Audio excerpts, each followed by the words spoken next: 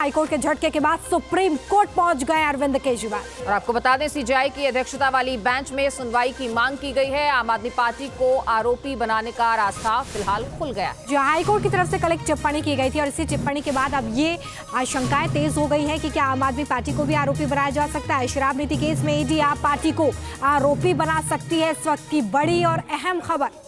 बिल्कुल, कल हाईकोर्ट ने अपनी टिप्पणी में जो कहा, अब वो आम आदमी पार्टी के गले का भी फांस बन सकता है। राजनीतिक पार्टी भी पीएमएलए की धारा 70 के दायरे में आती है, ये सुप्रीम कोर्ट ने साफ किया है। हालांकि इसके खिलाफ अब हाईकोर्ट का रुख किया जा रहा है। देखना होगा कि आगे अरविंद केजरीवाल के हिस्से क्या आता है। तो हाईकोर्ट में पूरा मामला पहुंचा था, अब सुप्रीम कोर्ट का रुख करने की तैयारी जो है वो अरविंद केजरीवाल की तरफ से। और ऐसे में अब जो फ्रंट लाइन के नेता हैं, जो पहले इसकी जद में आ चुके हैं, चाहे हम सत्येंद्र जैन की बात करें, मनीष सिसोदिया की बात करें, अरविंद केजरीवाल की बात करें, अब पार्टी पर भी तलवार लटकती नजर आ रही है। और इसी पर हमारे सहयोगी मोहित बख्शी हमारे साथ लाइव जुड़ चुके हैं। देखिए मोहित, जो तल्ख टिप्पणी कल हुई है उससे न सिर्फ नेता, फ्रंटलाइन लीडर्स, पार्टी के बड़े चेहरे, बल्कि पूरी की पूरी पार्टी अब ईडी की जद में आ सकती है। हाईकोर्ट की तरफ से तल्ख टिप्पणियां आम आदमी पार्टी के गले का फांस बन सकती हैं आने वाले दिनों में।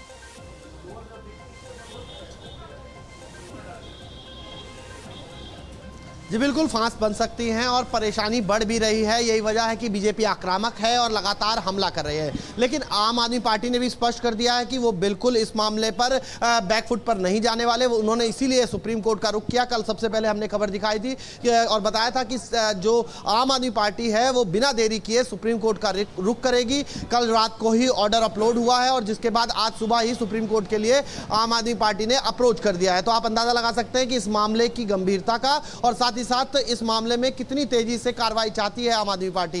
यही वजह है कि सुप्रीम कोर्ट पहुंचे हैं और अब उम्मीद कर रहे हैं कि इस पीएमएलए एक्ट की धारा 19 के तहत जो उन्होंने कहा था कि गिरफ्तारी गलत तरीके से हुई है, उस पर कुछ राहत सुप्रीम कोर्ट से मिलेगी। अगर वहां से राहत मिलती है या फिर कुछ टिप्पणियां जो की गई हैं वो टिप्पणियां अगर कहीं उनमें कुछ राहत मिलती है तो भी कहीं ना कहीं बड़ी राहत जो है वो आम आदमी पार्टी के लिए समझी जा सकती है। लेकिन फिलहाल जो है हाईकोर्ट की टिप्पणियां आम आदमी पार्टी पर भारी पड़ रही हैं, जिसको लेकर आम आदमी पार्टी भी इस वक्त पलटवार कर रही है कि उनको राजनीतिक षड्यंत्र के तहत फंसाया जा रहा है। जी देखिए मोहित, यहाँ पर बड़ा सवाल राजनीतिक पार्टियों को लेकर ही उठता है। अभी तक तो फ्रंटलाइन लीडर्स जो है वो इसकी जद में आए, लेकिन अब पीएमएलए की धारा 70 जो है वो आम आदमी पार्टी के लिए कैसे एक बड़ी मुसीबत पैदा कर सकती है, वो भी लोकसभा चुनाव के ठीक पहले।